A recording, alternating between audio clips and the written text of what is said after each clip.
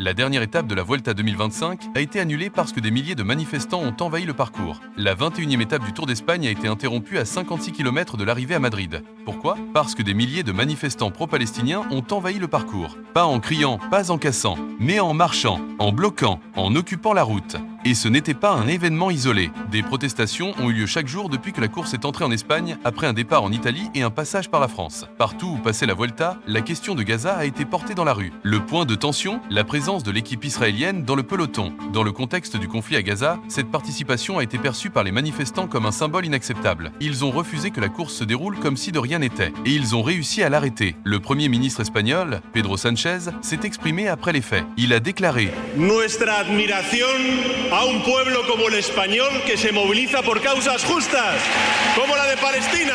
Notre admiration pour un peuple comme les Espagnols qui se mobilisent pour des causes justes comme la Palestine. » Une phrase claire, politique, prononcée alors que la course était interrompue, sans cérémonie finale. Et vous, la neutralité du sport doit-elle être absolue, coûte que coûte? Ou est-ce qu'une réalité humaine extrême, comme Gaza, doit entrer sur le parcours, même quand ça bouscule les normes?